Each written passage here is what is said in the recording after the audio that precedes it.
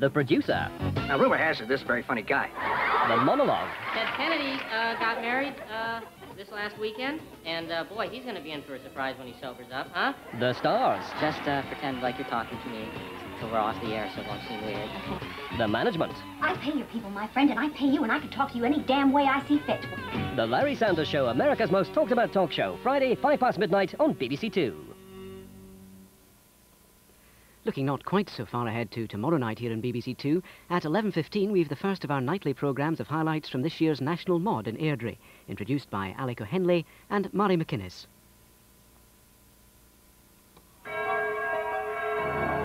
And because of the golf coverage, we weren't able to bring you the chess roundup at the published time. So now on BBC Two, later than expected, we join Peter Snow for a look at the way the championships are going. World champion Garry Kasparov is within one game of victory. Can Britain's Nigel Short survive until next weekend?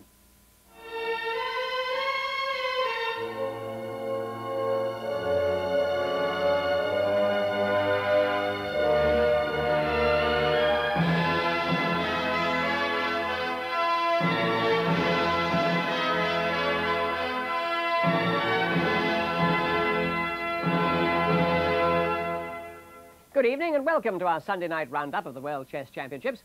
Here in London, Nigel Short failed to capitalise on his very promising play early last week and only managed to draw when he was playing white yesterday. So, with the score now Short 6.5 to Kasparov's 11.5, the world champion needs only one win or two draws for victory in this 24-game match. We'll be looking back at last week's 3 games in just a moment. The other match, the FIDE World Championship in Jakarta between Jan Timman and Anatoly Karpov, has just begun its second half, and we'll bring you the story of the play there on Tuesday. Now, here in London, the star game last week was clearly Tuesday's, when Nigel Short beat the champion for the first time. We'll be taking you through that game in just a moment. The intriguing thing about it, though, was that Short won it with a streaming cold, which you might think should have put him at a disadvantage. But as Australian Grandmaster Ian Rogers remembers, Short does have a way of striking back when he's under the weather, as Rogers found to his cost when he was playing Short in the last Chess Olympics. He was lying on the table like this and really looking as if he was completely out of it, and so much so that I went up to the English captain and I said, look, Nigel appears to be pretty sick. Ask him if he wants a couple of hours delay and we can continue the game later. And I think the captain approached him and Nigel said no, he wanted to play on. And 5 or 10 moves later, he's still slouched, looking really very sick, probably just the flu, but looking as if he's not interested in the game at all. And I see a clever way to win a pawn and I go for it. And then all of a sudden this big series of sacrifices hits me and he wakes up and he crushes me completely. Anyway, now, our usual sparkling cocktail of Dominic Lawson, editor of The Spectator and close friend of Nigel Short, Bill Hardston, chess correspondent of The Independent, and David Norwood, international grandmaster and chess columnist for the Daily Telegraph, has the added ingredient tonight of Julian Hodgson, who's also an international grandmaster and tells us he's ranked number 3 in the Western world. Anyway, let's start with Short's cold, Dominic. Did it win him that game on Tuesday? No, I don't think it did. I think Kasparov won him the game by playing as if he had influenza. But in fact, Nigel does, as Ian said, have a record of winning games like this, and he beat the world number 3 Anand in a game earlier this year. He told me that he'd been up all night drinking cognac, and he could barely see the pieces at the beginning of the game. So, and Julian, I know, has won many games in this state of inebriation. Oh, so, yeah. so I think why is it that being sick in some way, does it help? Well, the thing is, when you're sick, you feel so bad, you want to put all your energy concentrating on the chess to forget about how ill you're feeling. And then you just play lots better, because you don't get distracted. You're not thinking, what am I going to drink tonight? What am I going to eat? What am I going to do? You just think about the chess and you forget about your cold. David Norwood, does it ring true to you? Ish. You certainly play well with a hangover, that's definitely true. The reason, Speak for yourself. The reason Short won the game was because he was adopting the BBC strategy, which was to play it very safe, and if it takes him to have a cold to do it, then so much the better. But of course he played very solid and boring, and that's the way to play against Kasparov, because Kasparov gets frustrated and he's self-destructive. Short made winning look easy again. this is, well, I don't get involved in dispute, but I think it's a bit... It's not that easy, It's a bit extraordinary that David wants to take all the credit for Nigel's wins, but I don't think his strategy... No, I'll share it. I'll share it. And in fact, I'll join it too. this is exactly what happened on Thursday. Nigel adopted exactly the same so-called BBC strategy of playing safe, and of course, as you described rightly, it was a failure. So, but that will be Nigel's fault. That will not be the BBC's fault or David Norwood's fault. It wasn't a failure on Thursday, was it? He drew his black. He drew his black and he almost... I'm talking about Saturday, sorry, the white game. That wasn't a phase. He's wasn't played failure. boring all week, and he's 2-1 up this Yeah, week. It's yeah, the it's first 2-1 week. up. He's had a He's boring won. week and he's had a good week, Dominic. and Order, you can't argue with that. order, gentlemen. Let us start looking at last week's game.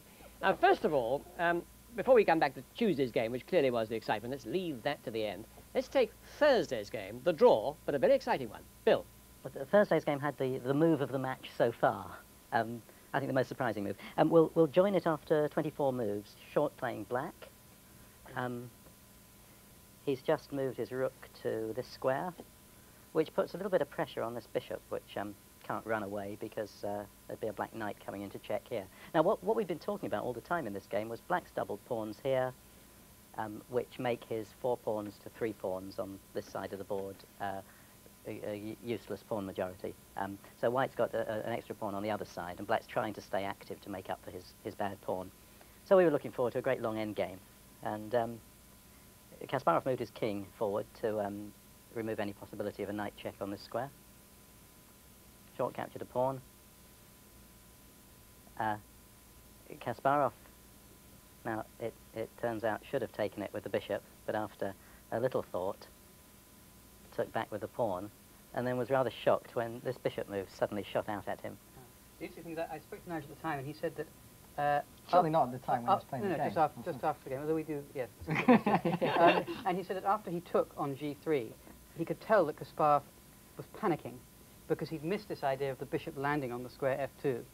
And he realized that if he took back h takes g, the bishop would take his pawn on f2.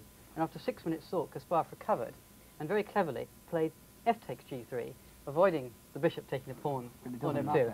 And then, of course, exactly the same move, the same thing. And the reason why Kasparov was so furious and was sort of drumming his fingers on the table and shaking his head was because he'd seen the idea in one form and missed it in another. His emotions are very visible, Kasparov, aren't they? Does Nigel Short like that, or does he conceal what he's feeling?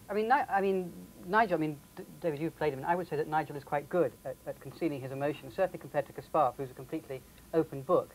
I think that's fun for the spectators to see Kasparov almost bemoaning his position. But I think Nigel has developed perhaps a poker face. I don't think he's naturally like that. No, Nigel's very calm. He's very calm. He's very professional. We've left the bishop on this square a long time, which was about how long Kasparov left it there. But it has to be taken. If white's rook moves, then the bishop goes, and black gets a very big advantage. So bishop had to go, and then we can see the idea of the thing. The rook comes down and takes this pawn with check. If the king goes to this square, then either of the black rooks can take this bishop. Black wins his piece back. So king had to go back here. And then the real point, other rook takes this bishop. Black's already given up a bishop, now gives up a rook for a bishop, making it a whole rook. And this move wins the rook back. So the net result of the whole thing is that black has simply won the pawn that was on that square. So black was a pawn up in an endgame from this position, which we thought was slightly worse for him. Unfortunately, the endgame ended up in a draw. Julian, what did you think of that game? Well, I must admit, I was actually in Spain when this game was happening, and someone was reading through the moves. I was staying in someone's flat, and he said, Short's just gone completely mad. He's just lost a bishop.